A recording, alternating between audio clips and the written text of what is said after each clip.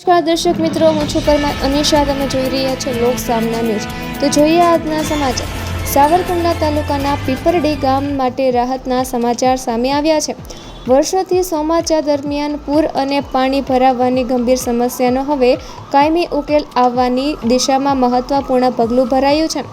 ધારાસભ્ય શ્રી મહેશભાઈ કસવાલાના સતત પ્રયાસોથી રાજ્ય સરકાર દ્વારા પીપરડી ગામમાં પૂર નિયંત્રણ અને પાણી નિકાલ માટે અંદાજિત રૂપિયા 1,14,00,000ના વિકાસ કાર્યોને સૈદ્ધાંતિક મંજૂરી આપવામાં આવી છે.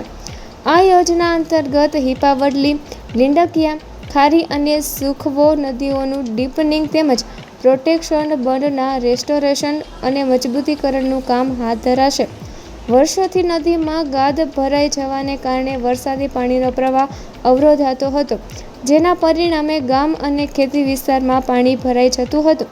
હવે મંજૂર થયેલી કામગીરી પૂર્ણ થયા બાદ ચોમાસા દરમિયાન પાણી ભરાવાની સમસ્યામાં નોંધપાત્ર ઘટાડો થશે અને ખેડૂતોને થતા નુકસાનીમાંથી પણ રાહત મળશે તેવી આશા વ્યક્ત કરવામાં આવી રહી છે. ગ્રામજનોમાં ખુશીની લાગણી જોવા મળી રહી છે અને આ યોજના ગામના વિકાસ માટે આશીર્વાદરૂપ સાબિત થશે એવી આશા સેવાઈ રહી છે.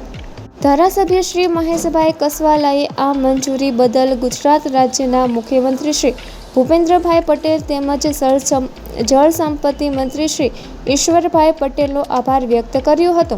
તો ફરી મળીશું એક નવા સમાચાર સાથે. ત્યાં સુધી જોતા રહો લોક સામના ન્યૂઝ.